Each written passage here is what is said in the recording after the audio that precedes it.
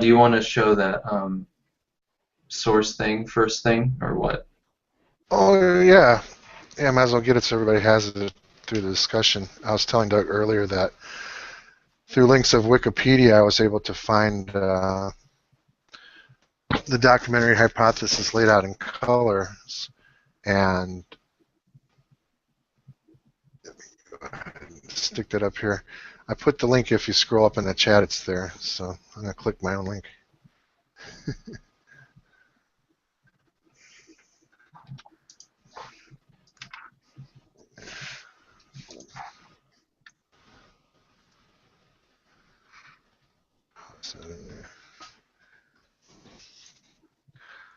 Okay. This is the King James color coded to the documentary hypothesis. They've got all 5 of the Pentateuch. Excuse me. Or you can look at each individual source in isolation, so you could read the continuous J source, the continuous E source, P source, that kind of stuff. So it came in handy when I was reading it because it seems to be very close to Wellhausen, so it matched up pretty good with the text as I was reading it. Whereas other things like Friedman and Eisfeld, they're a little bit further down the chain, the food chain, towards modern times, so there's been differences. But this, from wherever they got it, whoever created it, it's very close. So. Cool. Yeah, that's a handy resource. So hopefully anybody watching the video might be able to see that clear enough. I'll leave it up there for a while. I don't see it right now. Yeah, I know. I haven't actually shared it. Oh, okay. Yeah, this is especially relevant to. I'll do the intro thing now. Chapters 5 and 6 of the book we're reading, Legends of Genesis by Hermann Gunkel. And this is, chapter 5 is titled Yahvist, Elohist, Jehovist, which is his name for the redactor, and the later collections. And chapter 6, which goes over the priestly codex and then the final redaction of J, E, and P.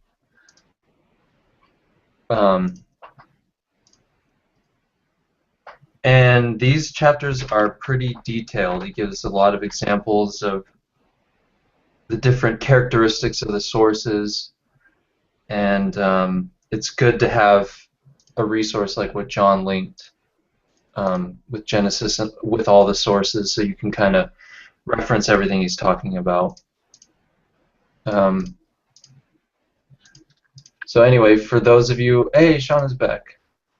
Welcome back. So for those of you that did all or some of the reading, did you have any general thoughts before we dive into it about the content of the last 2 chapters?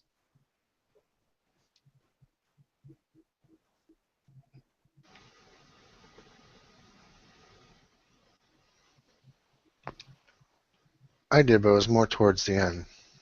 Okay. But if We you can want, wait we if could you want. just. Well, basically, one thing I noticed was that they mentioned the Deuteronomist. Later writers saw the Deuteronomist hand in Genesis in a couple places. So just bear that in mind that some people actually changed their mind on that. But I know that Gunkel at that period specifically mentioned that there was no Deuteronomist material there. Another thing was the last part, the priestly evaluation. You notice how negative he was about the priestly writer? Yes. Yeah. I thought it was very much a person of his time. You know, it seems like he favored the older legend type, the legendary material, and thought of the priestly caste and the evolution of religion as being like more backwards than anything else, which kind of fits his era, where there was a rejection of priestly concerns through the Protestant Reformation. Really emphasis on that. So you can tell that they're very much a person of their time. Now, I was reading some other stuff by other authors, and a lot of them accuse these guys heavily of anti-Semitism. And although, you can actually find some actual, no denying anti-Semitism, It just seems to me that they're overplaying it in order to discredit these people, because it's like calling mythicists Holocaust deniers. Mm-hmm. If you label them with something very disparaging, that discourages people from taking it seriously. And there's a lot of things in source and form criticism that have been detrimental to evangelicalism and fundamentalism. So you can understand why they're willing to do that. Not just that, but also it's been very threatening and detrimental to Judaism. I mean, if the documentary hypothesis is true in the form it's been described, then you can't really say that you can't really go along with a Mosaic authorship. So obviously that's a big issue too. I didn't sense any anti-Semitism in this book at all, though. Yeah, why would these guys be that interested in evaluating this material and putting so much effort into it if they, hated Jews? It just doesn't make any sense to me, anyway. Yeah. Yeah, I don't see the anti-Semitism either. So. But I do hear a choo-choo train. Dr. Price must be here. Well, I was listening to the Parsha, the last one on the beginning of Genesis. Parsha bear shit. Yeah, and I was just listening. I wasn't participating, but it's just amazing how many different points of view come into play. And almost all of them, you probably noticed, involved a lot of reading into the text, where they're going into stuff that, it's what it has to mean in order for my theology or my theory to be correct. That's a lot of that. I mean, the majority of it was like that. Yeah. One thing I've learned going to those, this is kind of a side issue, but one thing I've realized going to those hangouts is Noahides and observant Jews are just as much apologists as evangelical Christians, seems to me. Yeah. And shouldn't really be surprising, but anyway. All right, you guys want to dive in? Yes, let's do the point by point. Okay. So yeah, last two chapters, and this is the end of the book of Legends of Genesis. So chapter 5, Yahvist, Elohist, Jehovist, or Redactor, and the later collections. So the first point he makes in chapter 5, he talks about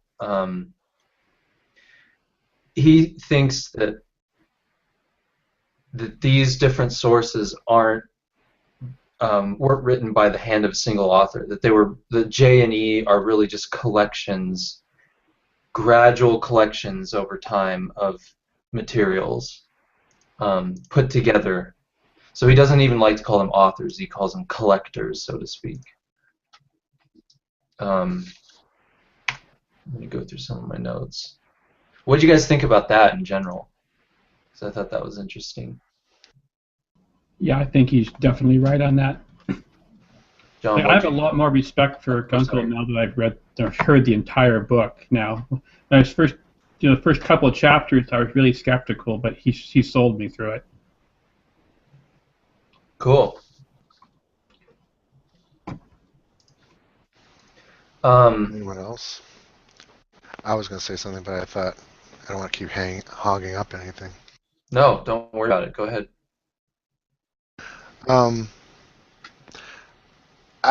From working with these sources, intimately, I understand where he was coming from, because I've read some of the earlier stuff in the book and jumped back in order to find out what the heck he was talking about, because a couple times it seemed to be a little bit based on what he had said earlier. But for the most part, I think he's right that, say, like the Yahwist and the Elohist were pretty much just putting their sources in as they found them with very little redaction. But occasionally I thought that I would see that there was some kind of rewriting. And later on in the Polychrome Bible, which I showed you earlier, they have the J1 redactor, and I think they might have a J2 redactor. So each one of those, they came to recognize later on, the source critics anyway, that there was actually some editing going on. So they weren't 100% collectors. But I think at the time of Gunkel, that wasn't really recognized fully. And even if he was party to that, he might not have even agreed with it, because he saw the evolution of this body of literature as he was trying to get away from it as literature, but towards more recorded traditions. So when it comes down to be written, you have to look at it as a whole, its impact as a whole, and you're not going to get anywhere by atomizingly tearing it apart into sources. It's not really going to tell you anything from Gunkel's point of view. It seems to me what he was arguing, that he's looking at the big picture, what they are, finding out what these things are, traditions from wherever they came from. And when they landed onto the ears of the Israelites, or the eyes of the Israelites who were reading them or listening to them, that's what was important. Right. I don't want to repeat everything I said in a different Hangout, but regarding Genesis 1, which is supposedly from the P source, I see obvious evidence there that it's based on an earlier source that did not have the days numbered. You know what? There's a few things I want to go over with you, Wayne, later on. We don't have to do it during the live part, but if we do, there's a couple of things that I found out that might be of interest to you. Yeah, that would be nice. I also reorganized my chart to put the columns in a more logical order, and it actually shows the pattern better and shows a couple of the exceptions better. I have to take some head medicine. I'm starting to get a headache. I'll be right back.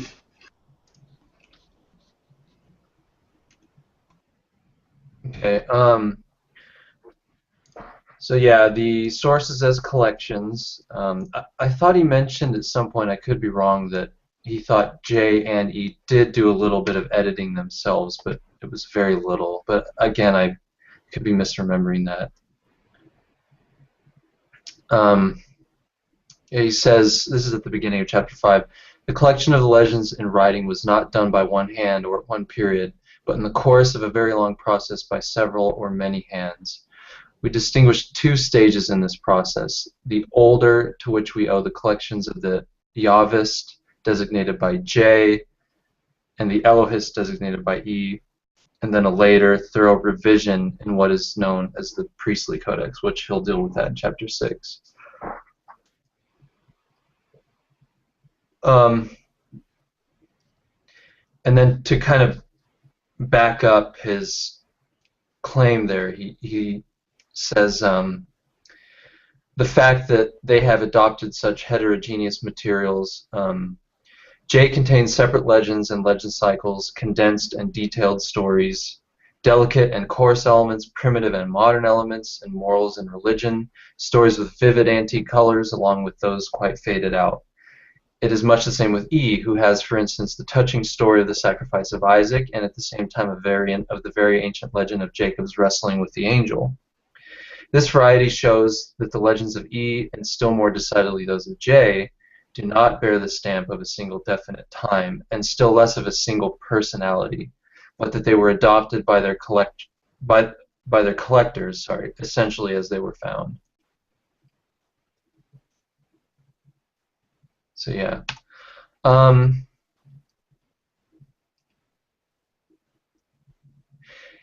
then he talks about, he goes on to kind of distinguish the different characteristics of J in comparison to E. He says that J often tends to contain the older version of a legend or a story. And then he gives examples of the story of Hagar in J is older than the lachrymose version of E. Both of those. Oh, I'm sorry. Skip that. The story of Jacob and Laban is told more laconically and more naively by J than by E. In the narrative of the birth of the children of Jacob, J speaks with perfect frankness of the magic effect of the mandrakes, instead of which E substitutes the operations of divine favor. In the story of Dinah, J, who depicts Jacob's horror at the act of his sons, is more just and more vigorous in his judgment than E, where God himself is compelled to protect Jacob's sons. In the story of Joseph, the Ishmaelites of J are older than the Midianites, of E, who afterwards vanished from the account. In the testament of Jacob, his wish, according to E, to be buried beside his best loved wife is more tender and more sentimental than his request in J to rest in the tomb with his ancestors. And then there are other similar cases too. Yeah, that holds up really well because I was going through the thing on Wikiversity, and you could see that the E has a definitely sentimental twist to it, where people weep, that kind of stuff, almost exclusively. But then I'm starting to think, well, if that's what you're looking for, we're going to assign what I think belongs to E and what I think belongs to J. So just how much of this source criticism is in the eye of the beholder, considering that there's so many different ways of actually dividing up the material.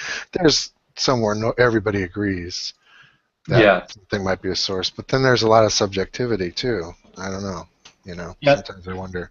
Yeah, there is both, but the evidence for the documenting hypothesis as a whole does not come from the ability to line sources up a certain way in any particular criteria, but it's the fact that when you do a bunch of different criteria, they all coincide to basically the same thing going on.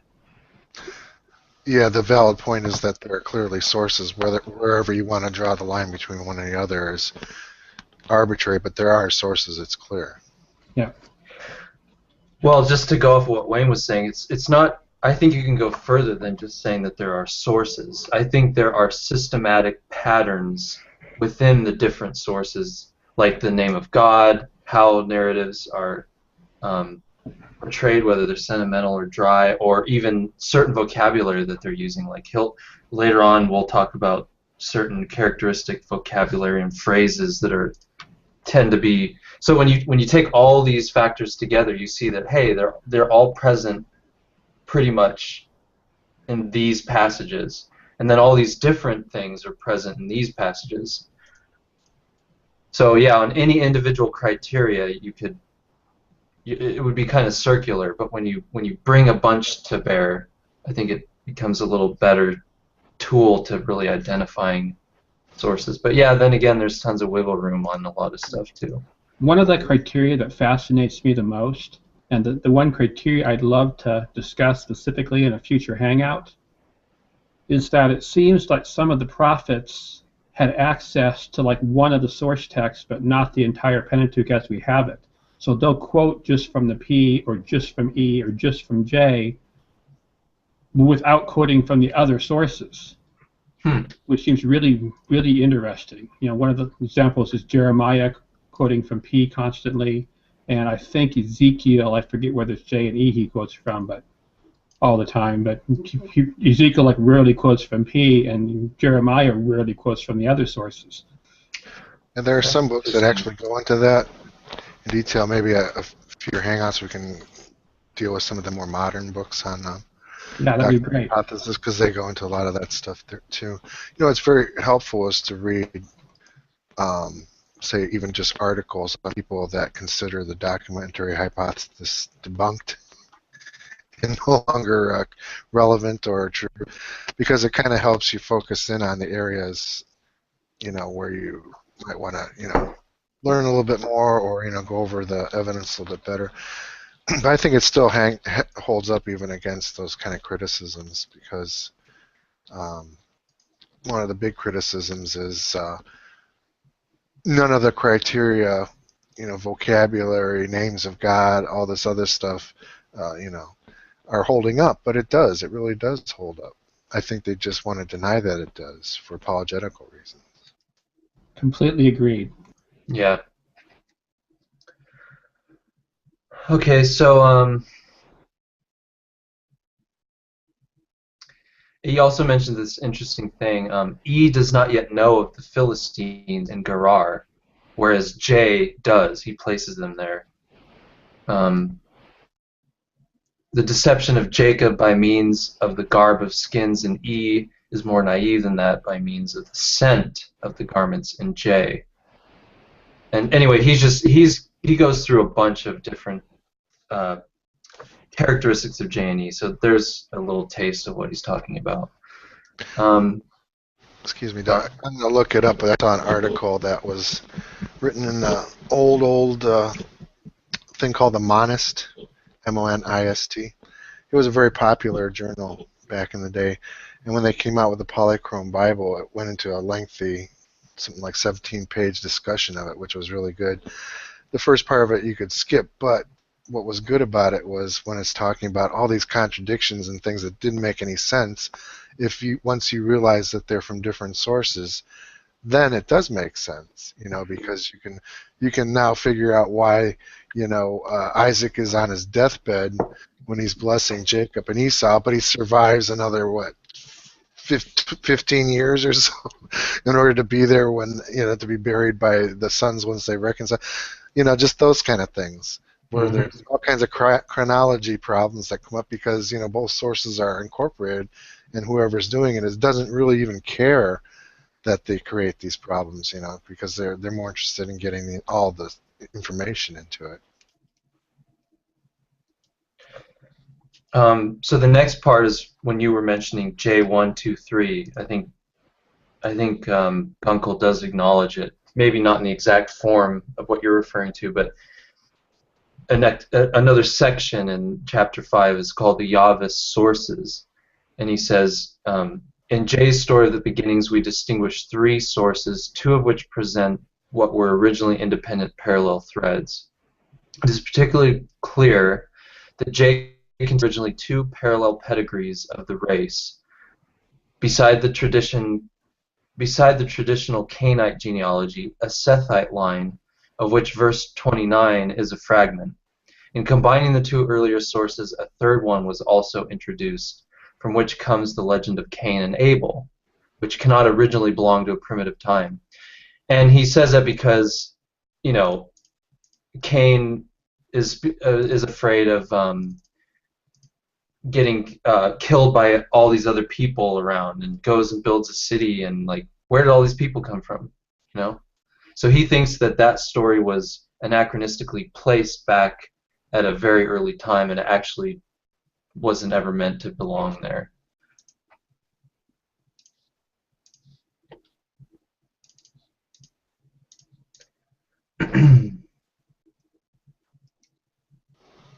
Okay, there's a link to that Monist article. Oh, okay, thanks. I'll put that on the Facebook too for anyone that Okay. For anyone that wants it or wants to read it. Yeah, it's entertaining. Not just informative. So anyway, some of these things he goes over more things of why he thinks J is a collection, essentially a collection. And he thinks the same is clear for E, but he says there's not as much really clear evidence in the case of E, even though he does think that is the case for E.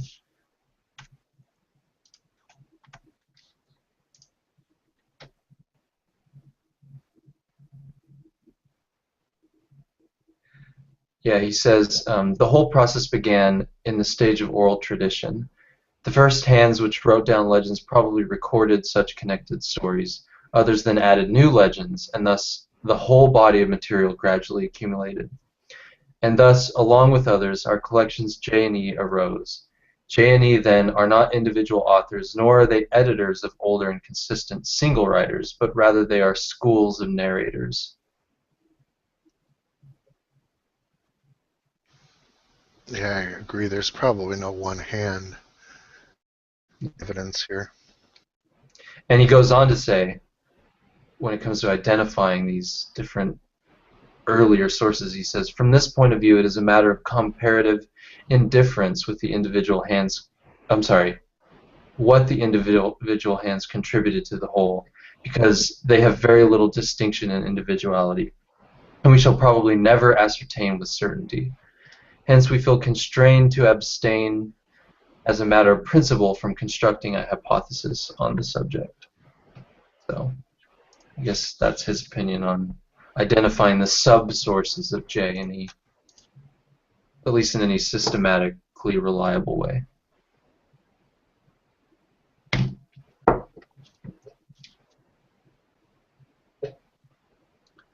And then he talks about how he thinks that the collectors J and E were probably took basically an approach of fidelity to their sources, trying to basically collect all this stuff as they found it, as it was passed on to them. But then again, he goes on and says that there was some remodeling, as he puts it.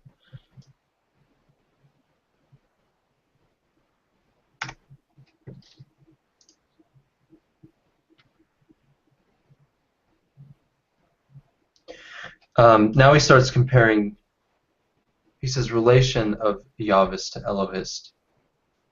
And he says that they weren't literarily related. J didn't copy from E didn't copy from J. They're two totally separate streams of tradition, even though they contain a lot of the same narrative material.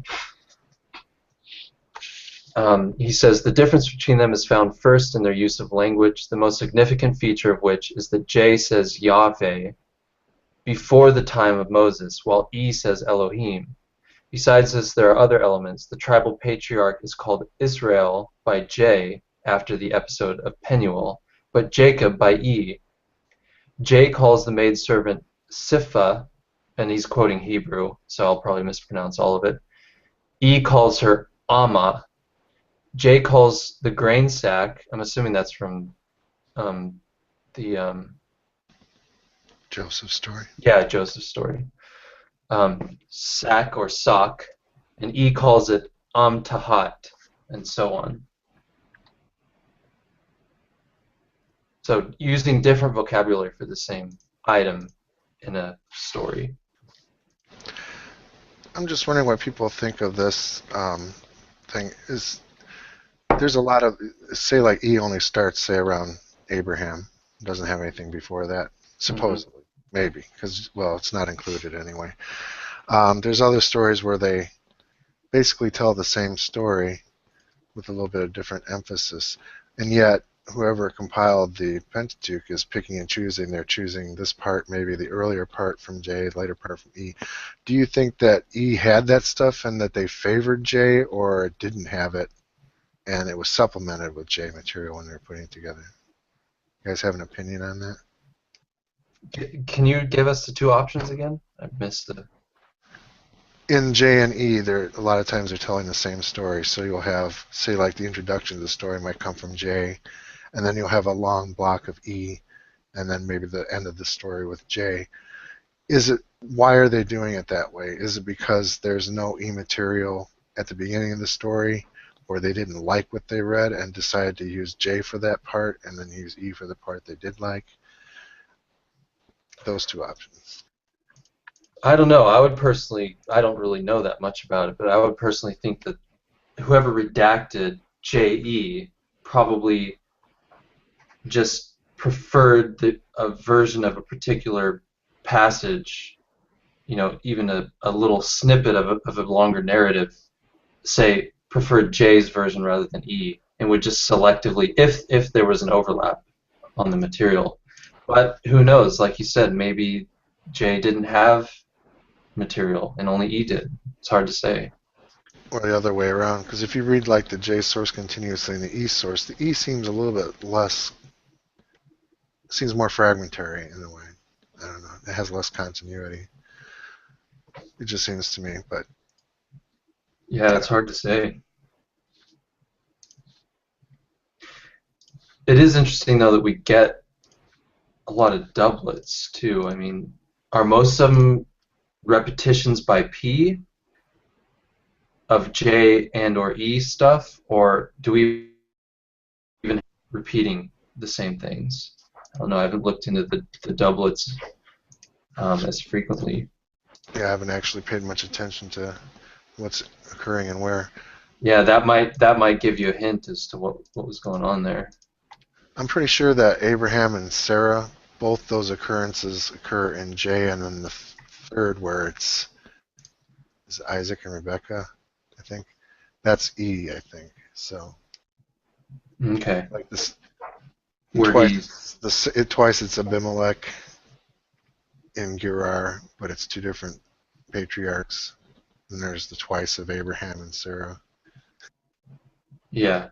Well, first Abraham and Sarah first is in Egypt, and then it happens again with Abimelech, and then Isaac and Rebekah with Abimelech. Right. Yeah, and I So think 3 times total that happens. Yeah, I think it's two different sources. I could be wrong, but you know. I'd be surprised if it wasn't. But then again, it wouldn't be that surprising because, as Gunkel's telling us, maybe Jay collected 3 different versions of that story. Exactly. Yeah, it's an interesting question. Mm-hmm. And then he says when you can't distinguish off of things like vocabulary, you have to go off of different variants between the 2 sources. He says, thus in J, Isaac is deceived by Jacob by means of the smell of, I think I already mentioned this, Esau's garments. In E, by the feel of the skins. And he says this difference runs through a great portion of both stories.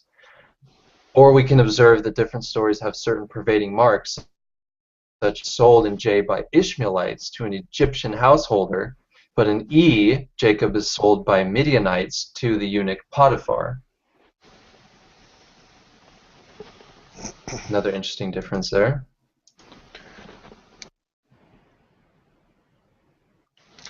Yeah, it's quite a history of trying to recognize. Excuse me, Potiphar was a eunuch? That's what Gunkel's saying. Yeah, that kind of stopped me in my tracks a bit when I read that. Yeah, I wondered about that, because later on he has a wife.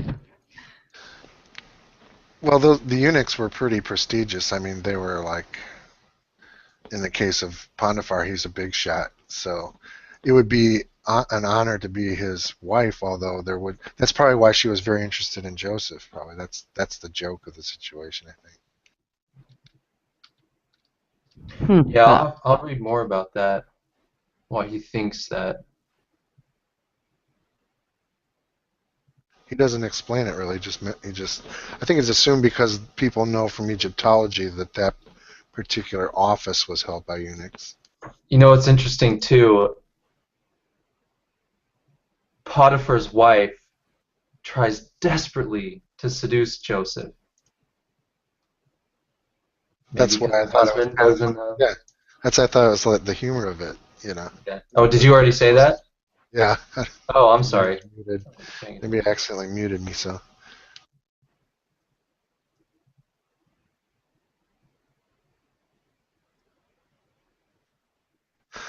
But when Shauna came on, I was saying that there's quite a history of beginning with the rabbis and stuff trying to harmonize just Joseph's being sold into slavery, because it sounds like first it says he's sold to Midianites, then he's sold to Ishmaelites, and they kind of mention it in passing. And so Joseph was sold to Egypt by the Midianites, so it goes back and forth. And some of the convoluted ways of harmonizing that I've read is really interesting. It's a fascinating study in itself if you ever get a chance to read something like that.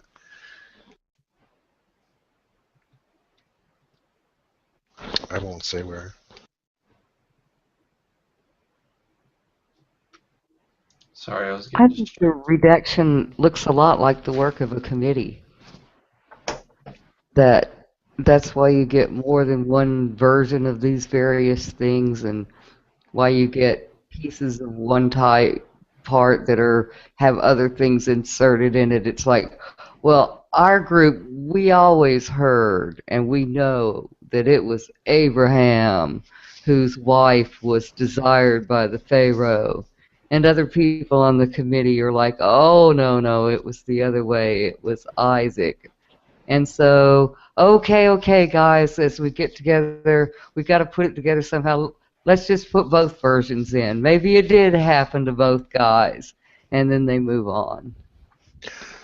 Well, that's an interesting point, because Gunkel says that these were all schools, but maybe there was a redactionary school as well, where you got a committee of people deciding how to put all this crazy stuff together. I mean, I didn't even consider that, but And maybe Gunkel didn't either, because he didn't really seem to go that far. Yeah. He just talks about the redactor or redactors, possibly, of J.E., not of just J, just E. I don't And think. a later redactor too, because. Yeah, once J, E, and P were assembled, then someone redacted all that. Yeah. But you have this impression you're only talking about 2 or 3 geniuses, at the most. Not, like Shauna says, maybe a committee of crazy people. Possibly, yeah. Maybe those crazy people were assembled during the Babylonian exile, and they were putting together the stuff that they remembered, and they just maybe they didn't even have those manuscripts anymore, and they were working on memory or little pieces and here and there that some people might have had, and and so they were trying to put together this one definitive version of the early legends in order to preserve them, through the time of captivity, however long that might be. What does Gunkel say about, doesn't he say something about P in relation to the exile? No, I can't recall what he said. Oh, yeah, he definitely does, yeah. Wasn't he implying that P was a product of the exile, didn't he say? Yeah, he does, yeah. And he said he thinks that the redactor of JEP was probably represented by Ezra. Anyway, we'll get to that. But yeah, he does say that.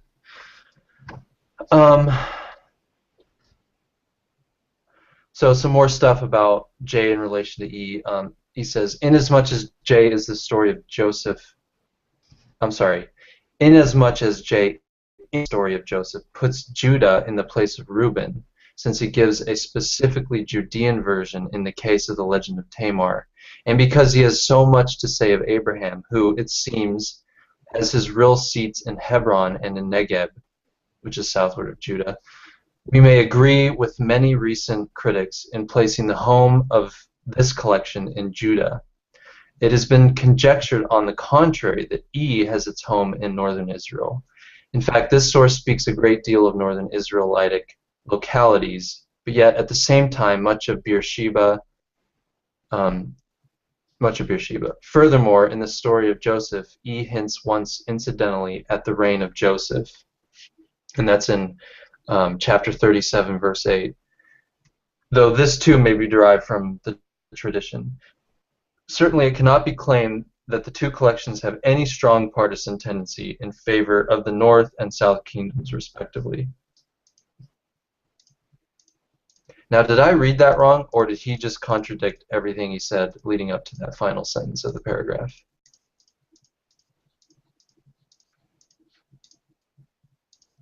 Because he goes on and, oh, maybe Reuven says brainstorming. Yeah, because it's like, here he is laying out the reasons why J should be from Judea, and here are some reasons why E should be from northern Israel, but then he says, actually there's no partisan preference for either location. Yeah, I noticed that. I thought, oh, contradiction. A lot of stuff in this book seems to be contradictory, but maybe Reuven's right. Maybe he's just kind of tossing differing views around in his head to the reader. Yeah, that's one thing. Because he has a whole rest of the book in order to work it out, right? This is just the introduction. Yeah, possibly.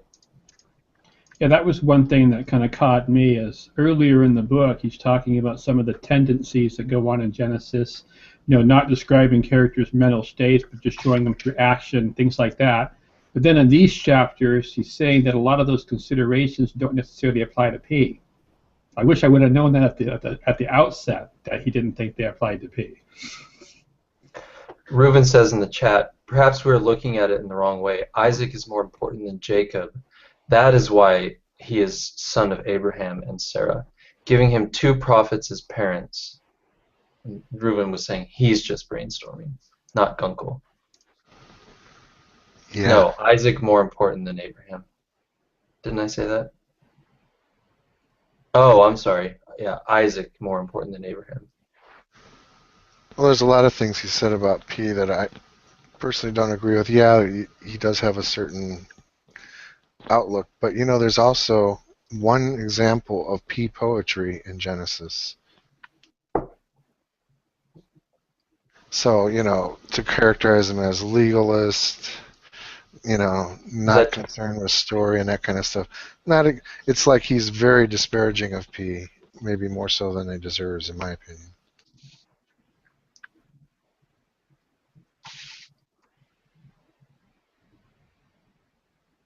I'm just brainstorming. Yeah. He is plainly later and is under deep suspicion of having made quite a few changes to the original material. And the writer of this book is really interested in the original material and would like to see what that was.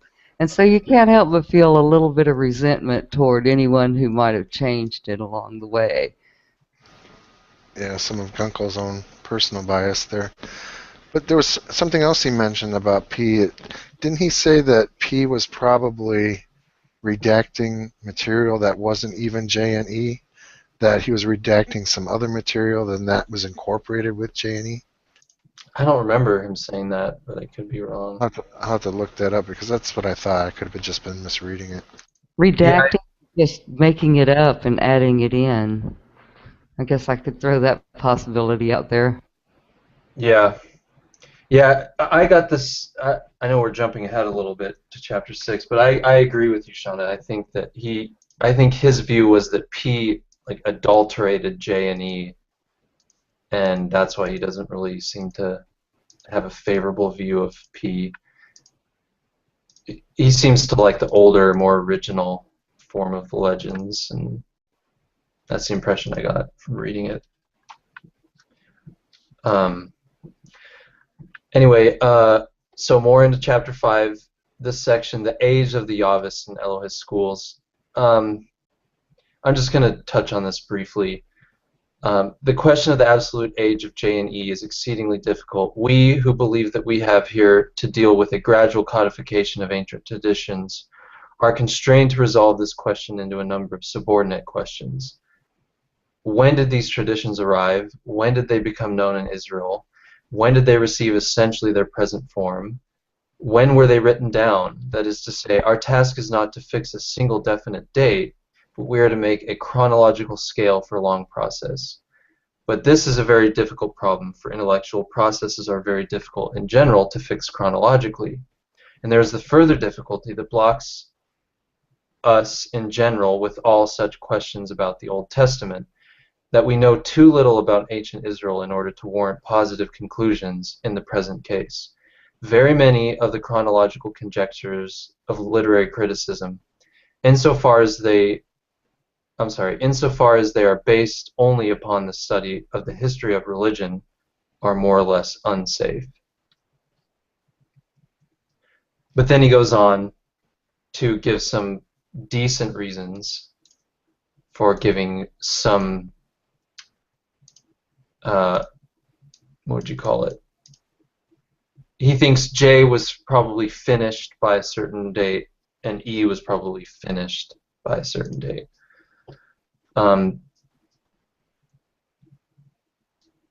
He thinks the Legends of the Patriarchs was done by about 1200, and he backs this up by saying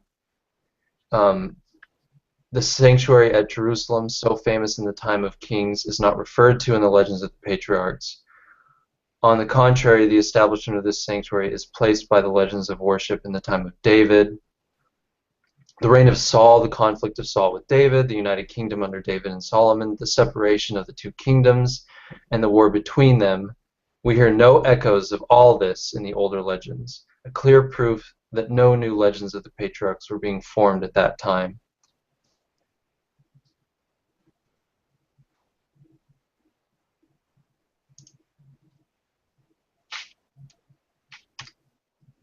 So that's just for the patriarchs.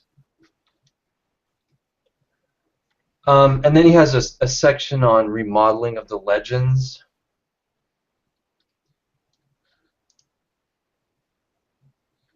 Where again he talks about how he thinks J and E may have kind of altered things a little bit to get the different legends to mesh together better.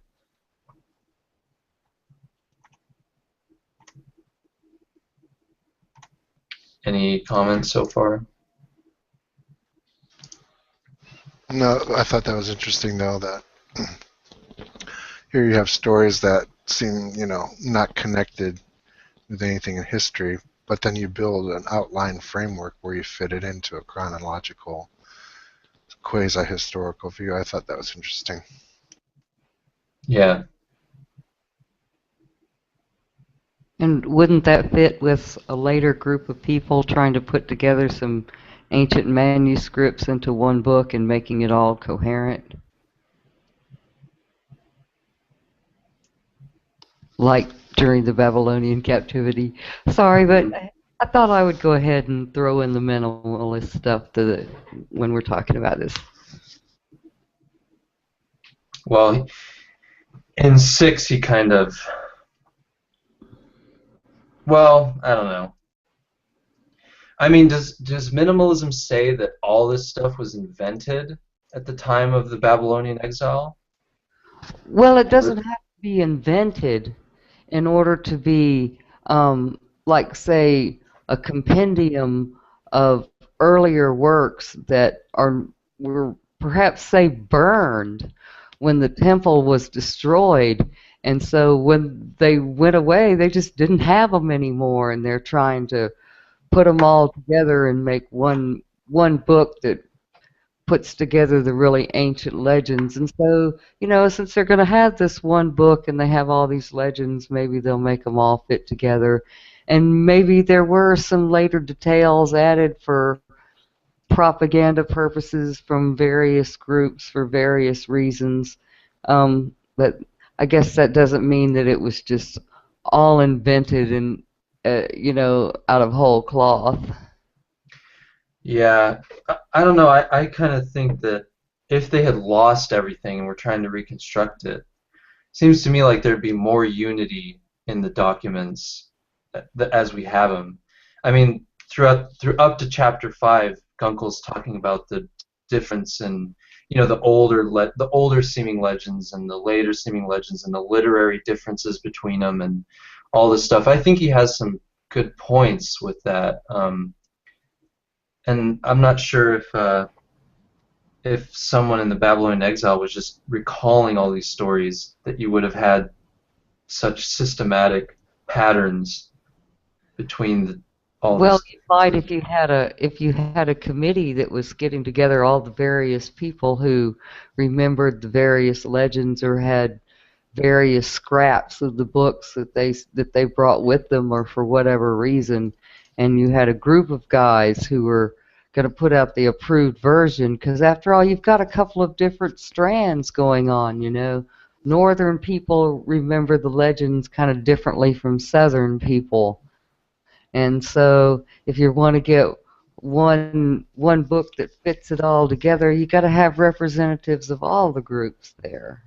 Yeah, that's a good point. And if they did have scraps, like papyrus scraps or whatever, or extensive memorization of huge chunks, then yeah, I could definitely see that happening, and still maintaining that these major systematic differences between the legends.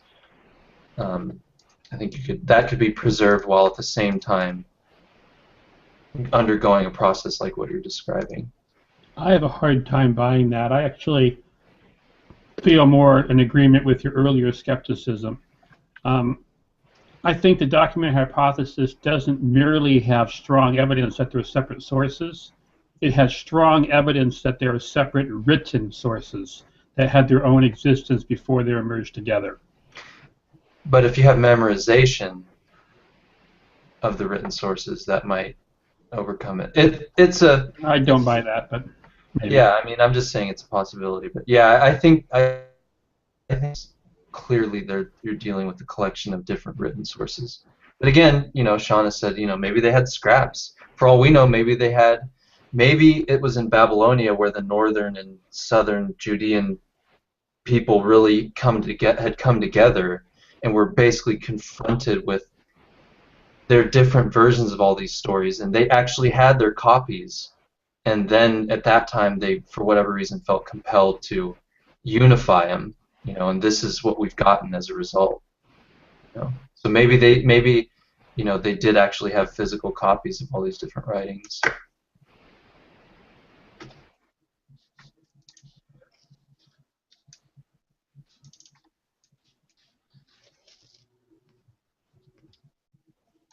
Okay, so we did remodeling of the legends, and then he briefly talks about relation of the collections to the prophets.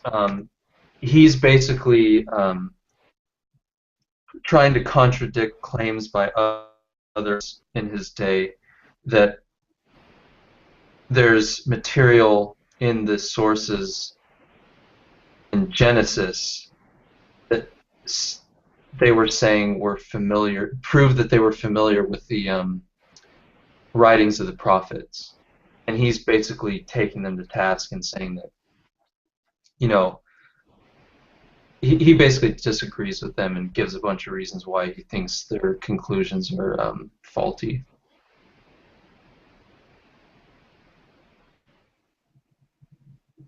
There was one part I wanted to read and I forgot to highlight it. Yeah, go ahead. You're saying that he's saying that instead of saying that Genesis used the prophets, he's trying to say it's vice versa, that the prophets use sources from Genesis?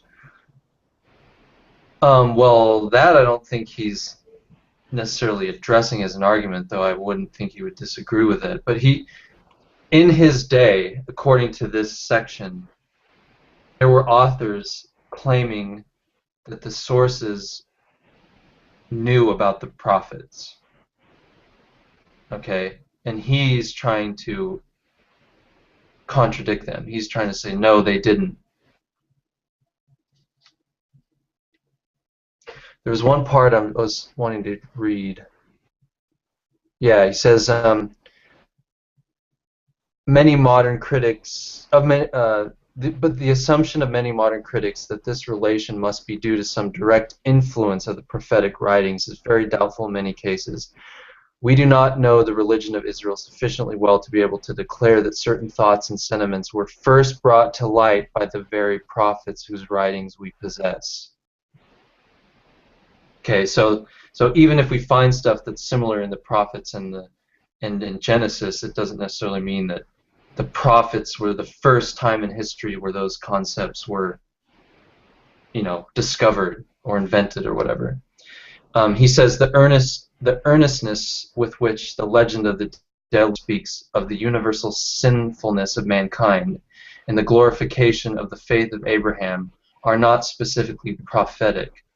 The hostility of the collectors to the images of Yahweh and to Asherim, which are sacred poles, of which they never speak, to the Masaba, if I'm saying that right, obelisks, which J passes over but E still mentions, to the golden calf, which was regarded by the legend according to E as sinful, as well to the teraphim, which the Jacob-Laban legend wittily ridicules. All of this may easily be independent of prophetic influence. Sentiments of this nature may well have existed in Israel long before the prophets. Indeed, we must assume that their existence in order to account for the appearance of the prophets. Well, Reuven mentions also that there was a consideration that, say, Abraham and Sarah were both prophets already. Yeah, he mentions that too. At least I thought he did. Yeah, true. E calls Abraham a Nabi, prophet. That is to say, he lived at a time when prophet and man of God were identical. But the guild of the Nabim was flourishing long before the time of Amos. And in Hosea also,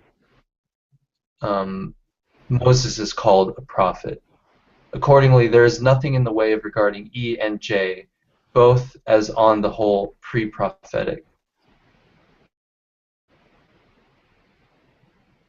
So he's saying the material in E and J, rather than coming directly from the prophets, that sounds like it is, he's saying it's really just the soil from which the prophetic writings later came out of. Very good. That's his argument. I don't know enough about It's it. towards the dating, though, you know. If Yeah. you want to say that, there's no way that the prophets could have influenced Genesis in any way, but probably the other way around, or these are free-floating schools of thought or whatever. It places them in a relative position.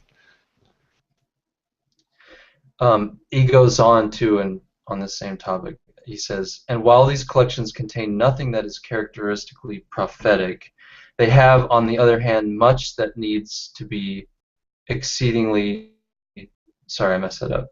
They have, on the other hand, much that must needs have been exceedingly offensive to the prophets. They have, for instance, an especially favorable attitude toward the sacred places which the prophets assail so bitterly.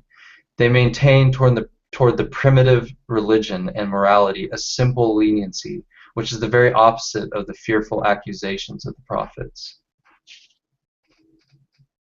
And he says, we can see from the prophetic redaction of the historical books what was the attitude of the legitimate pupils of the prophets towards ancient tradition.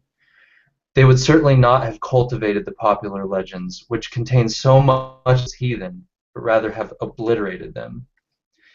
In view of these considerations, we must conclude that the collections took shape in all essentials before the period of great prophetic writings, and that the touches of the spirit of this movement in J and E but show that the thoughts of the prophets were in many a man's mind long before the time of Amos. This conclusion is supported by a number of other considerations. The legend of the Exodus of Abraham, which glorifies his faith, presumes on the other hand that most flourishing prosperity of Israel. On the other hand, the most flourishing prosperity of Israel, and accordingly comes most surely from the time before the great incursion of the Assyrians. And pieces which from the point of view of the history of legends are so late as chapter 15, or as the story of the birth of the sons of Jacob, contain, on the other hand, very ancient religious motives. And he says, he puts J and E, perhaps J perhaps in the 9th century, and E in the first half of the 8th. But he goes on and he emphasizes that these dates are very uncertain.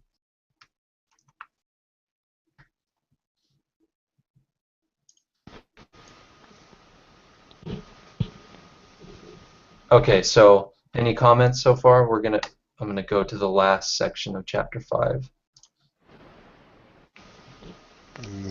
None. Okay. Oh, Reuven mentions. Oh, I think this is earlier in relation to Isaac being more important than Abraham because he was the son of Abraham and Sarah, 2 prophets. He says that Sarah was a greater prophet than Abraham. Okay, so last section of chapter 6 is called the Jehovahist redactor. That's just his term for the redactor, obviously. He says the two collections being J and E were united later by designated as RJE, so redactor of JE, whom, following Wellhausen's example, we shall call the Jehovahist. So I guess Wellhausen labeled the redactor that too, I'm assuming. Yeah, it seems like I wish I had read the entire Prolegomena. Prolegomena. Yeah, I wish I had read that too, along with this book, because it would have helped, I think. I'm assuming, based off of what he said there, that he must have called it that. Anyway, he goes on. This union of the two older sources took place before the addition of the later Book of Legends, to be referred to as P.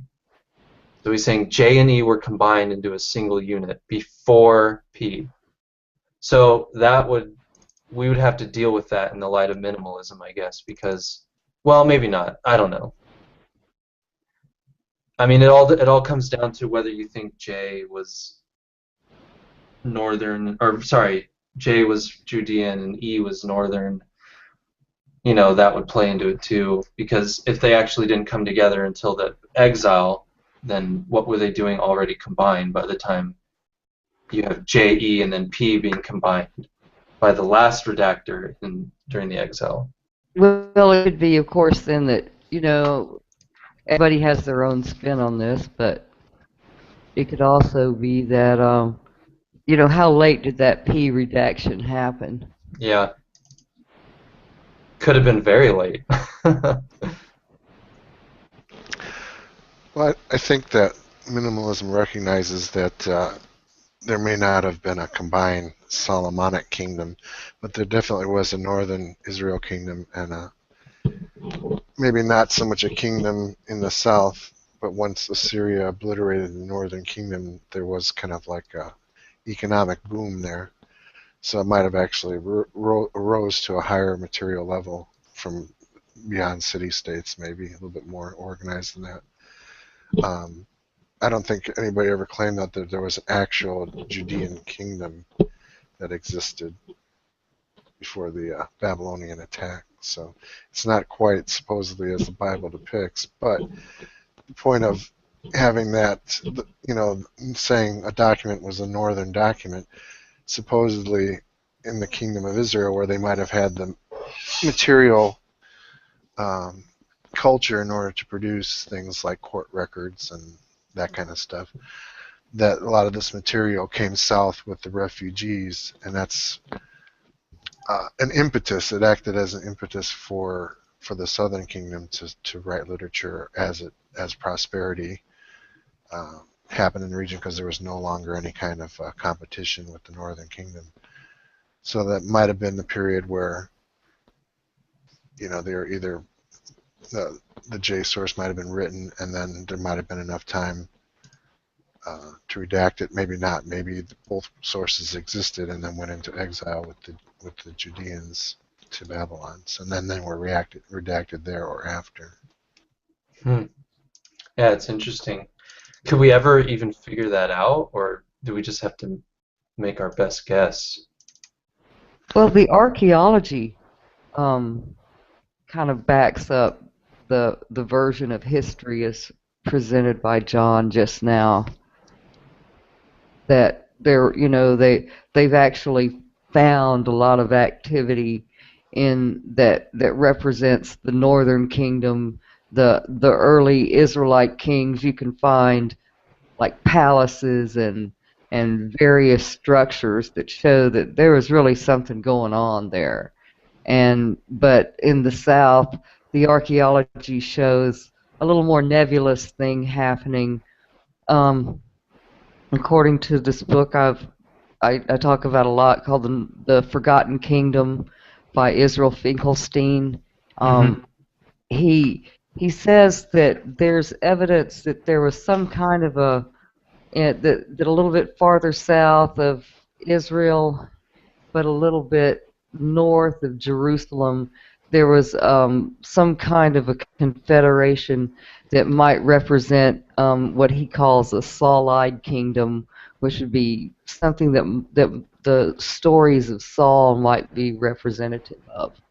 And then, you get all this activity at north, and then after the north falls apart because of the Assyrians, you start to see a surge in population, and the cities are bigger and their buildings are more grand.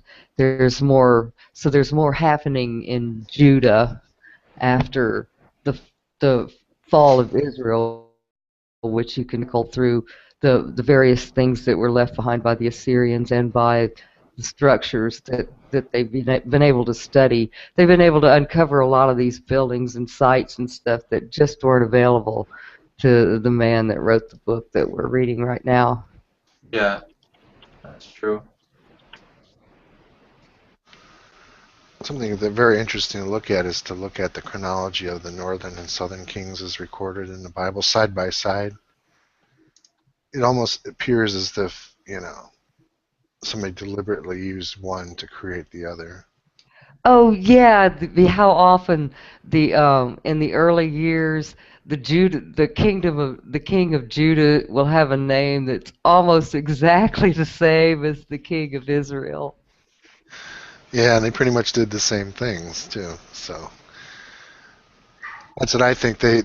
They wanted to construct a glorious past because they knew of one, namely the Northern Kingdom, but they really didn't have any material to go with other than what they managed to salvage or scrape together. And a lot of that stuff could have been constructed out of Assyrian records, Babylonian records too, that they might have had available in captivity. Mm-hmm. Well, there's also a whole thing in minimalism about the possibility that a lot of the legends about David were actually inserted during the time of I guess it was the Maccabees, the That way. Hasmoneans, that they were looking to create, that they were the ones who were looking to create this glorious past of the United Kingdom. And one of the things that kind of backs that up is the stories of David are very Greek in character, and might represent a Hellenistic source. Wow. There's some other things I wanted to speak about that too when we get into the P. That's so late, though, isn't it? I mean, you have the Septuagint being translated, what, 200 BC, and then the Hasmoneans started sometime around then, right? Well, the Septuagint actually took place over a long period of time. Yeah, if the legend means anything, it's that they translated the Pentateuch maybe at the most at that Oh, point. that's right. Okay, yeah. So the other books could have been added quite later. But still, I mean, what's the current thinking on the writing of which books deal mainly with the kingdom of David and the stories about David in the Old Testament? Samuel and First and Kings. Second Samuel, Kings, yeah. So when do scholars think they were probably written, right? Like as of right now, where's the scholarship view on the dating of those documents? Do we know? I think the conventional basically is basically it's considered exilic or post-exilic at the earliest, but there's more radical thinking that places a lot of it in the Hellenistic period. Okay.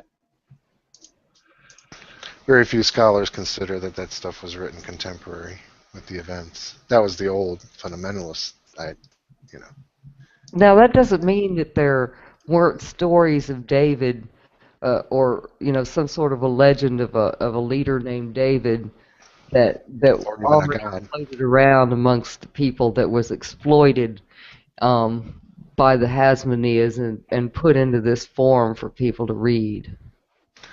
Yeah, because there was some speculation that David might have been some kind of god going through the process of being a demigod and then humanized. So. Yeah, I heard of David. Reuven here says that the Septuagint was not completed before 30 BCE. Song of Deborah is the oldest, but most of the material of Joshua, Kings, and Samuel is 800 to 550 BC. Joshua is not necessarily prior to Kings, and Samuel, the Hebrew I've observed in Joshua is much later than J and E, so it can't be from the same time. Actually, this is not what Reuben's saying, but me personally, I think that Joshua might very well have been written as Persian propaganda for exiles that were returning to colonize the land. It's just because I read it at the same time I was reading these theories of minimalism, and it just fits so perfectly that I think it might well be true. You think that it was written by Persians? Or written under Persian direction, yes. Oh, okay.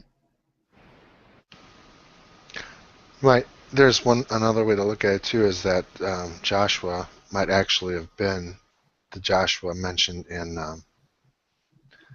Chronicles or Ezra, Nehemiah, and that this is like just basically a romanticized version of what actually took place when the returners came back, that they actually had to subdue a lot of the cities that were resisting this imposition of a new ruling class over the area by the Persians.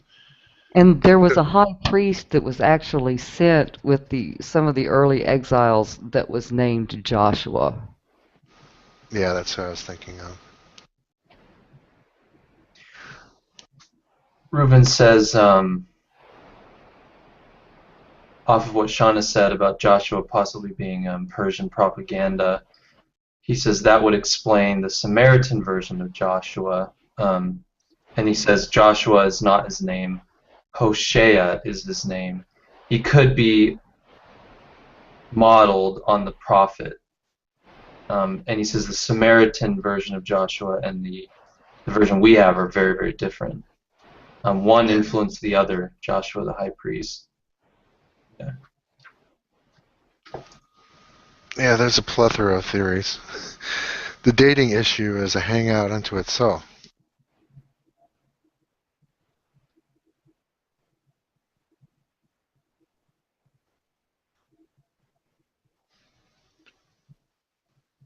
So how far are we along? We're still in chapter 5, right? Well, I just saw something on Joshua here. I don't think it's that relevant, but he says Joshua's farewell from Joshua chapter 24. Sorry, I hate Roman numerals. With its unconcealed distrust of Israel's fidelity is also in form and imitation of the prophetic sermon. So the P influence thing? He's talking about the Hexateuch here, because yeah, these guys mainly dealt with the Hexateuch, not just the Pentateuch. Yeah, he says in the succeeding books, especially the portion due to E, there's probably more of the same character, but in Genesis the instances are rare. So now wait, if Joshua is truly Persian propaganda, and it's in one of the 4 sources, that would give us a lower bound for the dating, at least, right? Perhaps. Well, I mean, wouldn't it have to? Depends on when the source contains. Oh, I guess it could have been added later. Yeah. Yeah, because Eisfeld breaks up Joshua into a whole bunch of different sources too, J, E, P, and E, D. That's also what he talks about there, the distrust of Israel's fidelity. A lot of that was later considered part of the Deuteronomic influence over the Pentateuch. So that's been like a change of viewpoint since Gunkel's time. Yeah, he's saying that it's an imitation of the prophets, basically. Yeah, well, he was right that it was not that this was written so late as for the prophets to have come first, and then they rifled the prophets for their viewpoint. Yeah. He's arguing for the opposite position, but people have said, okay, yeah, you're right, because it's not. We know exactly where it came from, and that would be like Deuteronomist influence. Okay. Deuteronomy being a Judean thing, right? That well, I would place Deuteronomy post-exilic, but that's a radical view. Yeah, that's a very radical view, because I think the regular minimalist view is that Deuteronomy was the book that was discovered when Josiah cleaned out the temple. You know, we would say quote quote discovered. Isn't how it goes. It's been a while since I read that. Yeah, that's supposedly it. Like even Margaret Barker goes into a lot of that, because that has a lot to do with the conflicts that she claims, led into Christianity between the Deuteronomists as one school versus another school in theology of Judaism. But I'm saying, because I view most of that stuff there as fictional, to me that's just a way of backdating something that you wanted to appear legitimate by saying it was discovered before the exile by a righteous king Josiah, and he instituted all these great reforms. So to me that's propaganda. It could be. Could be. Josiah, though, he was very interested in creating the monopoly for the cult in Jerusalem, was he not? And that, I guess, that would go along with having discovered all these wonderful books that are talking about how you shouldn't stray from the true path, or all these horrible things will happen to you. Yeah, but that could also be a later concern as well. Yeah, that's a good one for for churchmen of all ages, I guess.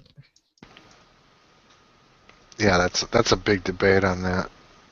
Probably outside the scope of this hangout, though. That's the thing. Reuven says, I don't think the book of the law is Devarim. That's like Parsha, right? Yeah. Well, I don't think it is either. Yeah. I think it was a legal code. This is Reuven. I think it was a legal code that was later incorporated into the 5 books we have now.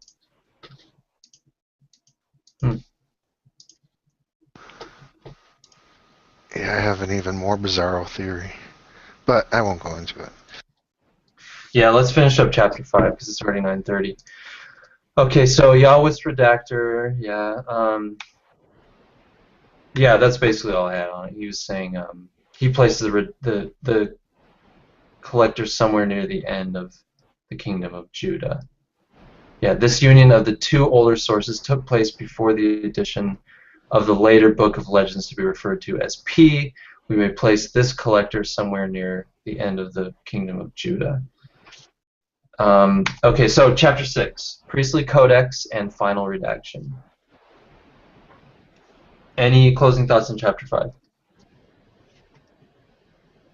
It's getting kind of late for me. It's like 11:30 here, so I think I'm gonna have to call it a night.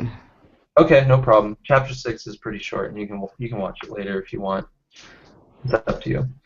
But thanks for joining us for as long as you did.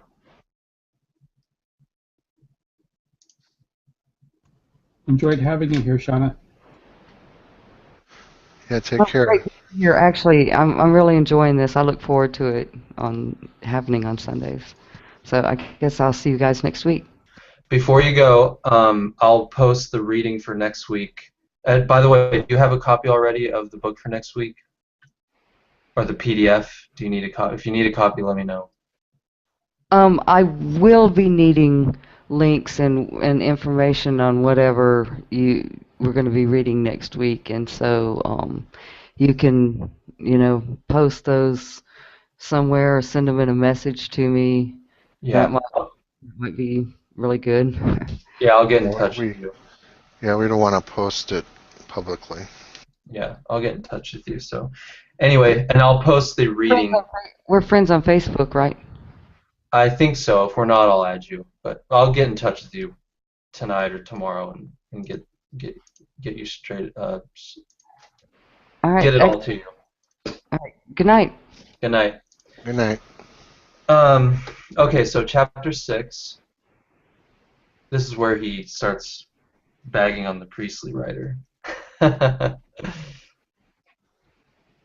Priestly writers. He kind of makes it clear that they are a committee. Right, yeah. Yeah. He says, Yeah, this source... section. Sorry, go ahead. Go ahead, John. I just reread that section what Wayne was referring to, so yeah. Yep. I wanted to see that for myself. He says, this source is so distinct from the other sources, both in style and spirit, that in the great majority of cases it can be separated from them to the very letter. Quite a claim. The priestly codex is of special importance for us because the entire discussion of the Old Testament was hitherto turned essentially upon its data. It is Wellhausen's to have recognized the true character of this source, which had previously been considered the oldest, to have demonstrated thus the incorrectness of that entire general view of the Old Testament, that is, that the priestly was the oldest, and thus to have prepared the field for a living and truly historical understanding of the history of the religion of Israel. The style of P is extremely peculiar, exceedingly detailed, and aiming at legal clearness and minuteness, having always the same expressions and formulae, with precise definitions and monotonous set phrases, with consistently employed outlines which lack substance, with genealogies and with titles over every chapter. It is the tone of prosaic pedantry, often indeed the very style of the legal document. And in that particular case, he gives examples of chapter 11 and then 23, verse 17, 18. Occasionally, however, it is not without a certain solemn dignity, especially in Genesis 1 and elsewhere. The scene from, I think that's 47, yeah, 7 through 11, verse 7 through 11. One must really read the whole material P consecutively in order to appreciate the dryness and monotony of this remarkable book. The author is evidently painfully exact and exemplary in his love of order, but appreciation of poetry was denied him, as to many another scholar. Comments?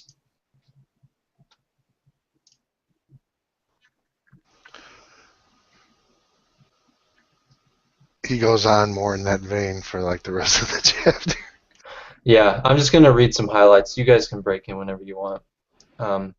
The only stories of any length which he gives us are those of the creation and the deluge, of God's appearance to Abraham, and of the purchase of the cave at Machpelah.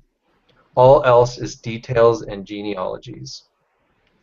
He has a great predilection for genealogies, which, as we have seen, were the latest elements to be contributed to the accumulation of the legend, and which are in their very nature unconcrete and unpoetical. A very large portion of P's share in Genesis is genealogy and nothing more. So he loves genealogies. Even the accounts of the creation, the deluge, and the covenant with Abraham manifest a wide contrast with the vivid colors of the older legends. They lack greatly in the concrete elements of a story. Instead of this, P gives in them something else, something altogether alien to the spirit of the early legend, to wit, legal ordinances, and these in circumstantial detail. Another characteristic of P is his pronounced liking for outlines. This order-loving man has ensnared the gay legends of the olden time in his gray outlines, and there they have lost all their poetic freshness. Take as an illustration the genealogy of Adam and Seth. Even the stories of the patriarchs have been caged by P in an outline.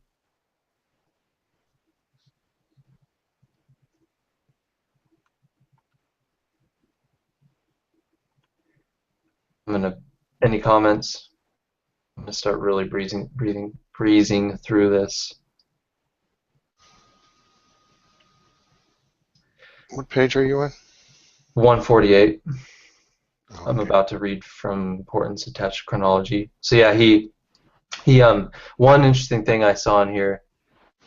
He likes to. He's saying that he, as a subset of his propensity to put everything in outlines, he likes to chronologically force things. So he says, it is not strange that the chronology of P displays everywhere the most absurd oddities when injected into the old legends.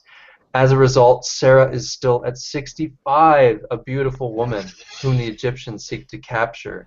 And Ishmael is carried on his mother's shoulder after he is a youth of 16. I read something elsewhere that's similar to that, but I can't think of. I didn't look at what sources it was from. But if you add up the dates from the genealogy of up to Abraham dying, you find out that Shem, Noah's son, would have still been alive. And it says that Abraham died, after living a full life, living like 175 years. Yeah. But his great-great-great-great-grandfather, whatever, would have still been alive. It's just Well, they that did doesn't work live, out. they live a long time. Yeah.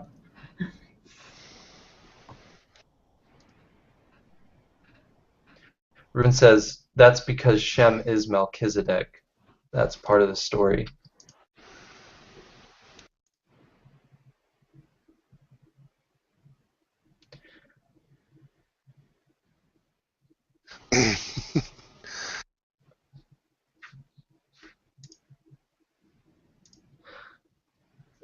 Continuing, this is Gunkel. There has been added a great division of the world's history into periods, which P forces upon the whole matter of his account. He recognizes 4 periods. So 1, from the creation to Noah, and then from Noah to Abraham, from Abraham to Moses, and from Moses on. Each of these periods begins with a theophany, an appearance of God, and twice a new name for God is introduced. He who is Elohim at the creation is El Shaddai in connection with Abraham, and Yahweh to Moses. At the establishment of the covenant, certain divine ordinances are proclaimed. First, that men and beasts are to eat only herbs, and then, after the deluge, that flesh may be eaten, but no man be slain. And then, especially for Abraham, that he and his descendants shall circumcise themselves, and then finally the Mosaic law. So again, those 4 divine ordinances are proclaimed within those 4 main periods that he's divided everything into. So it would go from the creation to Noah, you have that men and beasts are to eat only herbs. And then you'd have from Noah to Abraham that flesh may be eaten, but no man shall be slain. And then from Abraham to Moses, you have that Abraham and his descendants shall circumcise themselves. And then from from Moses on, you get the Mosaic law. And each of those main periods begins with an appearance of God, or is kind of christened with an appearance of God. Comments?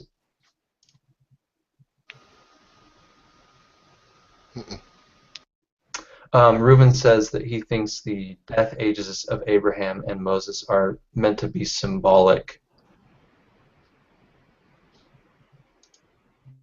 and are intended to be, I'm assuming, by the writers of the stories. Religious views of the priestly codex. It is characteristic of the religion of the author P that he says almost nothing about the personal piety of the patriarchs. He regards only the objective as important in religion. Here he goes on about how P views the patriarchs and a lot of the sacred sites described within, like the wells and forests and all these sacred sites where they're building shrines and stuff, that all that's basically heathen stuff, and he was trying to minimize that. There's one spot I did want to read. I'm skipping a lot.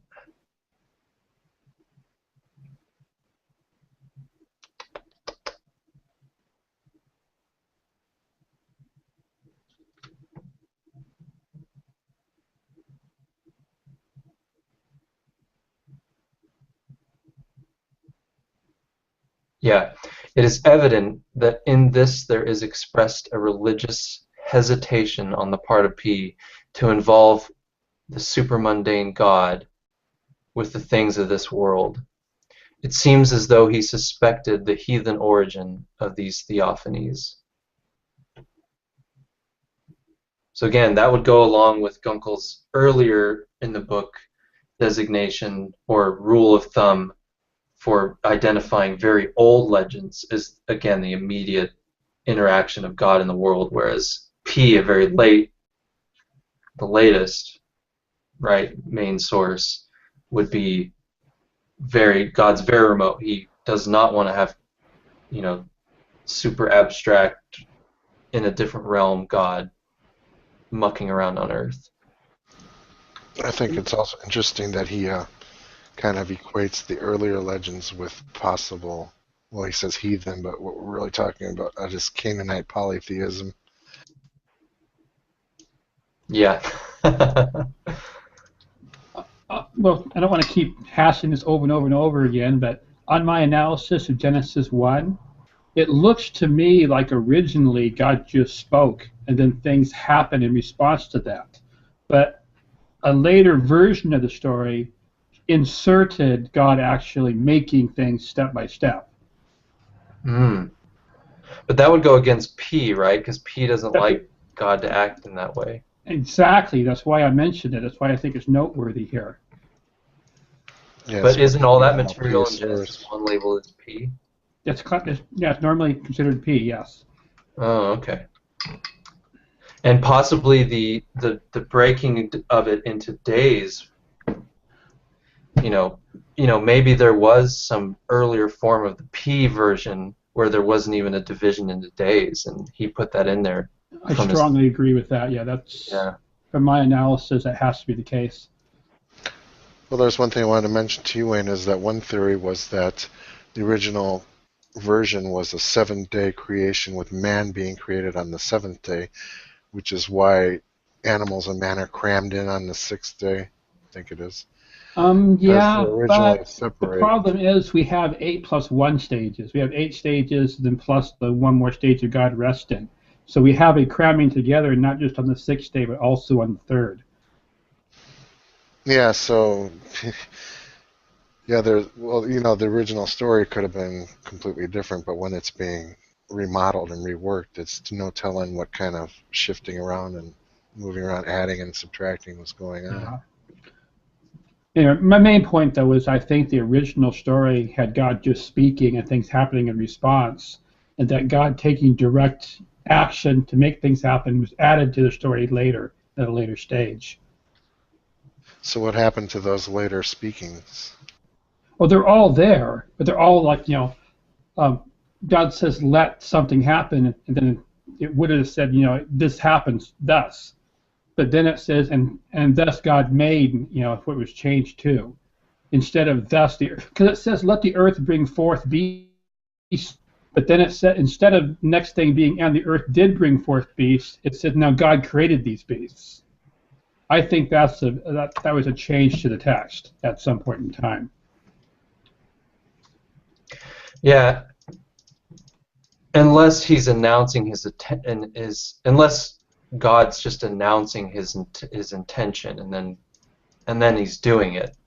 I don't know. We have other instances of the let there be, and then it just happening in response. That's still true. In the text, like on the 3rd day.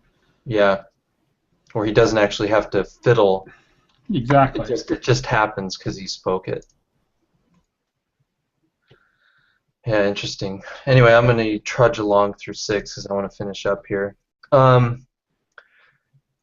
So, yeah, he identifies a lot of things as heathen.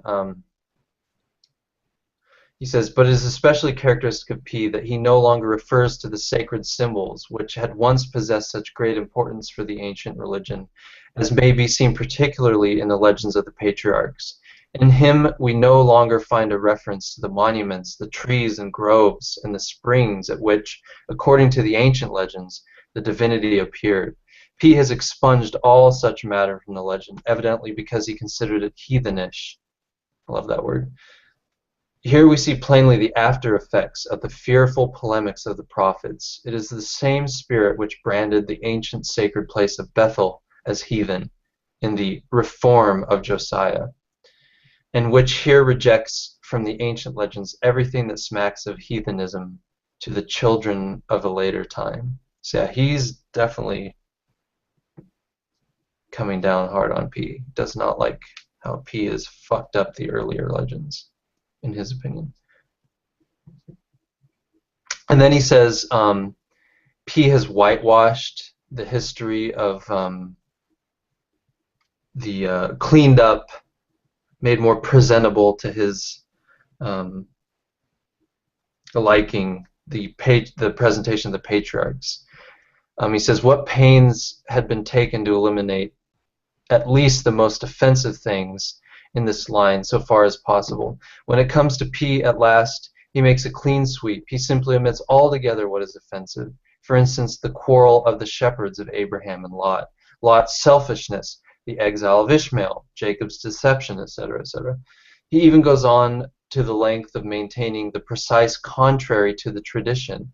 Ishmael and Isaac together peacefully buried their father, and so did Jacob and Esau. Facts which cannot be obliterated receive a different motivation. Thus he explains Isaac's blessing of Jacob as a result of Esau's sinful mixed marriages. And he lays the crime against Joseph at the door of the sons of Bilhah and Zilpah.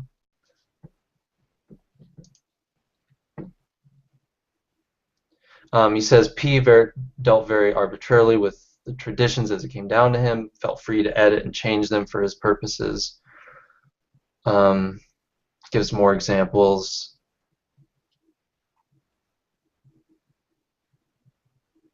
And he says, in contrast to J and E, who are pretty much really just collectors, P, he feels, was generally an author in that he added to, heavily redacted, edited, etc. Okay, stop right there. Okay. The bottom of that paragraph, which is at the top of page 154. Mm-hmm. This is what I was asking about earlier. He says that he's, what you were talking about earlier, that he is changing things to suit his own taste. And then he says here, but this source that he's working on, at least for Genesis, was neither J nor E, but one related to them. Now, what the heck does that mean? Where is this? It's at the What bottom page? of that. It's top of page 154. Last sentence of the paragraph. If where additions are the same.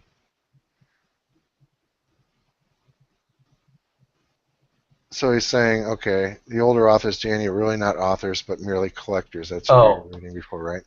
While P is a genuine. And yet he would be wrong if we should assume that he deliberately invented his allegations in Genesis. Tradition is too strong to permit him even to do this. On the contrary, he worked over the material, though very vigorously indeed, blah, blah, blah. But this source that he's working on, at least for Genesis, was neither J nor E, but one related to them. That I don't get at all. Well, read what he says right before that. So even though it looks like he very vigorously edited blah blah blah blah blah, Janie says we can often recognize by details how he followed his source in the general outline of events when no personal interest of his own was involved. So yeah, it seems like he's talking about P using another source. Yeah, so maybe he went into more detail in the rest of the book, but that's... He does. He says, he refers page 139 of the commentary, which that must be the other section of Genesis. Okay. I'm assuming. Oh yeah, that's right. I thought that was some other book, but yeah, I think it might be. I don't know. No, I think you're right. So yeah, that's interesting. I'll have to follow up on that too. Yeah, you're gonna have to translate that. Then he goes on to the age of the priestly codex. He says, P is the documentary witness of a time which was consciously moving away from the old traditions, and which believed it necessary to lay the foundation of religion in a way differing from that of the fathers. And in P we have revealed the nature of this new element, which had then assumed sway.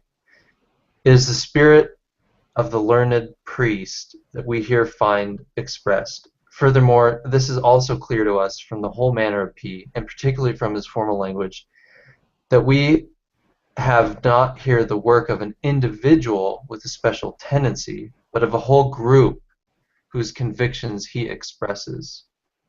So I don't think he's saying it was a committee. I think he's saying that P just represented widespread beliefs. Don't you think?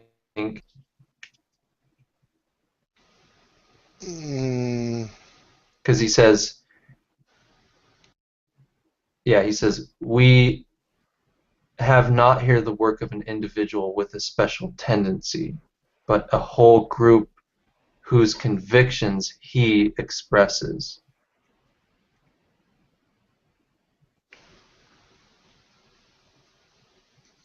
Maybe.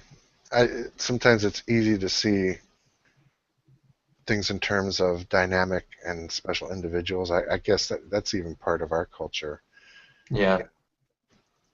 But it's possible that, it may have been a cultural tendence, but that doesn't mean that it coalesced into one guy that you can say was the P dude.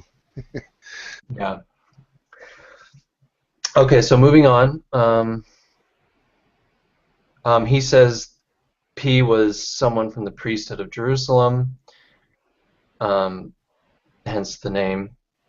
Fellhausen revealed to us the time to which this spirit belonged. It came from a time following the great catastrophe to the people and the state of Judah, when the people, overwhelmed by tremendous impression of their measureless misfortune, recognized that their fathers had sinned and that a great religious reformation was necessary.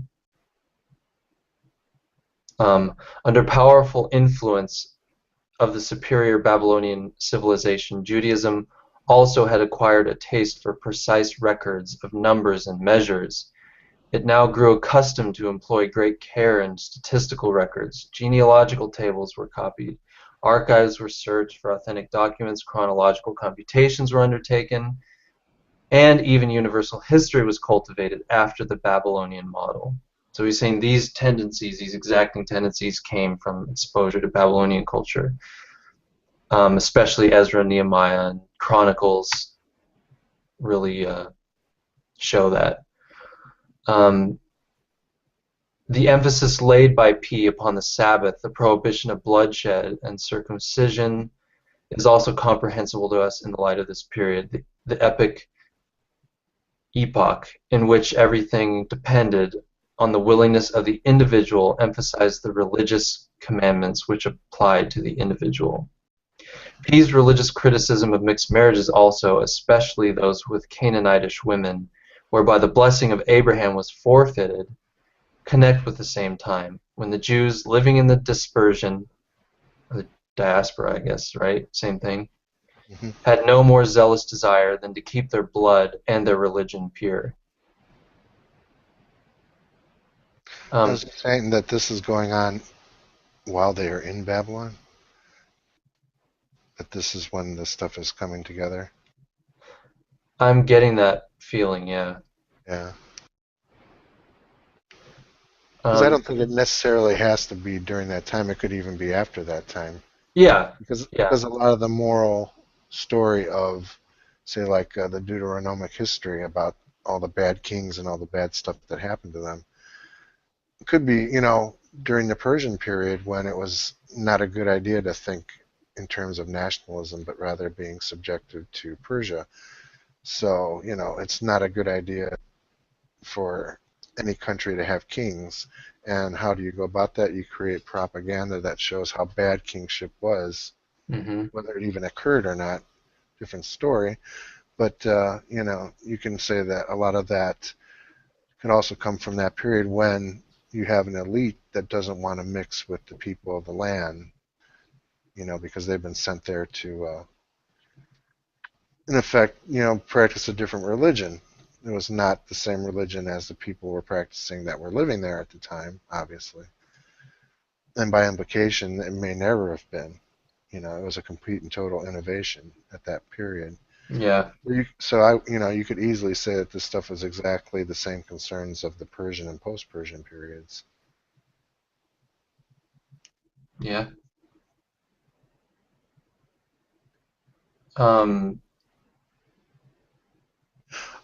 Oh, did you catch that at the top of page 156?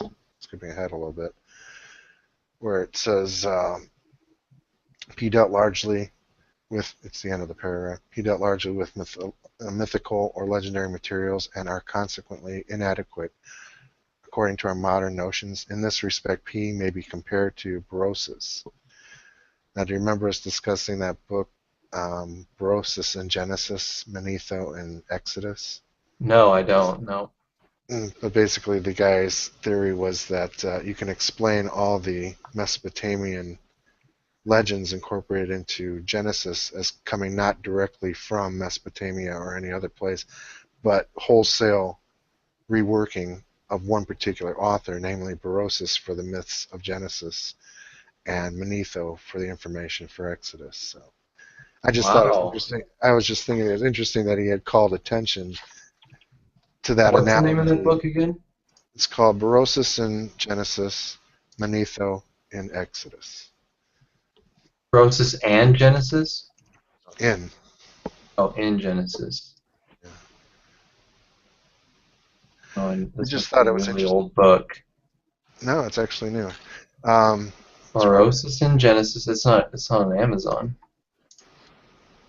It is, yes. Should be. Oh, okay.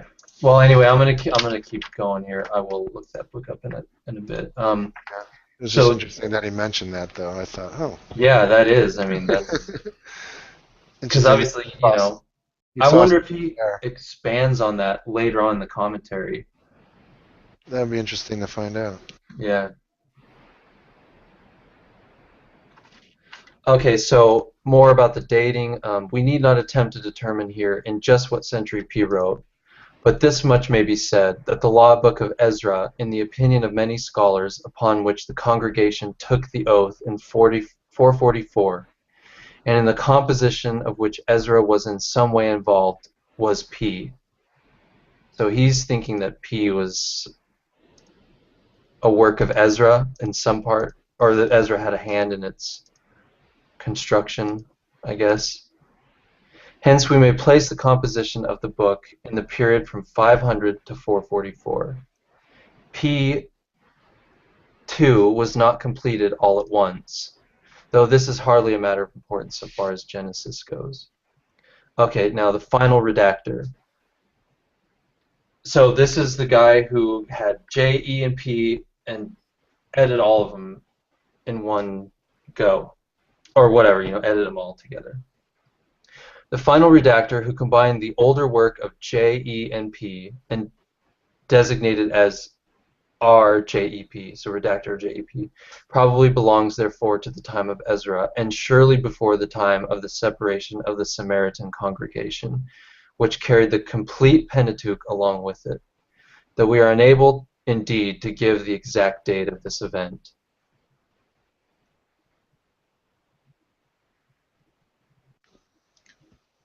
Mm-hmm. He says the fact that such a combination of the older and the later collections was necessary shows us that the old legends had been planted too deep in the popular heart to be supplanted by the new spirit. The attempt of P to supplant the older tradition had proven a failure. Accordingly, a reverent hand produced a combination of J, E, and P. And then he goes on and lists some spots where he thinks you can identify the hand of the final redactor. Yeah, very few. Yeah, not that many. I don't know. What do you think of that idea, though, that P was trying to erase the history, but then he was a total failure, and somebody else came along and made a more coherent and balanced creation out of it? I kind of like that idea. I mean, I think that I think Gunkel is a little harsh on P, but I think he has a good point in that, you know, this really older material was not automatically jiving with the new religious consciousness of Israelites. And I think P did, you know, go to work big time in trying to minimize at least a lot of that older stuff. And because it, like he said, it was so important to so many people that you couldn't just expunge it completely, and that the final attempt was somehow to harmonize all this stuff together, JENP, into one whole acceptable work. So I kind of like that reconstruction of the history, personally. What do you think? What do you guys think?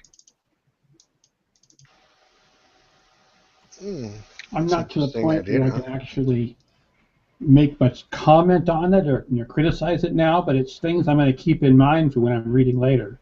I'm going to read through these in Richard Elliott Friedman's The Bible with Sources Revealed and see all the individual sources and keep what Gunkel's saying in mind, and maybe a couple months from now I might have better comments on it. Okay. Anything, John? Yeah, I don't know what to make of that.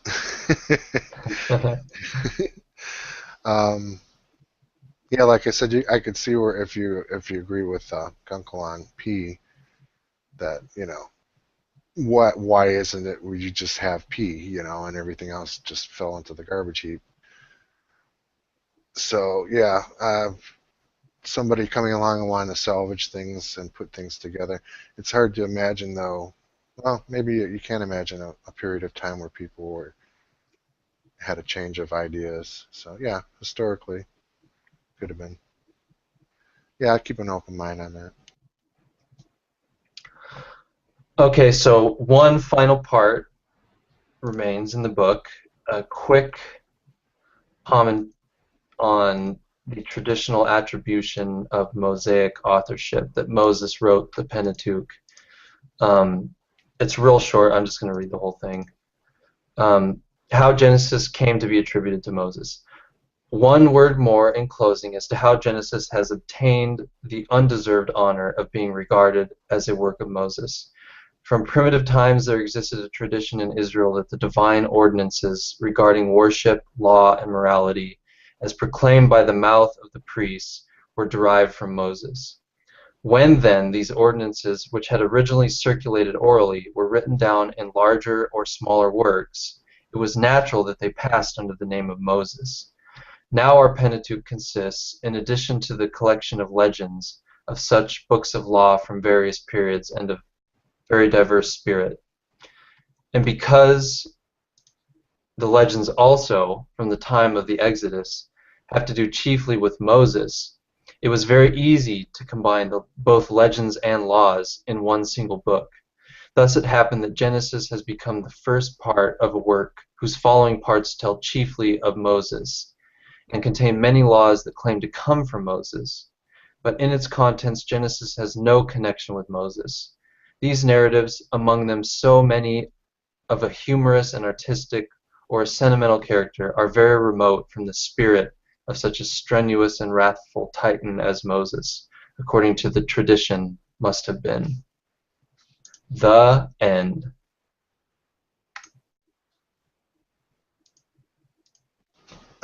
We all get gold stars, huh? Yep. You all get an A+. So, any thoughts on the book overall, now that we're done with it?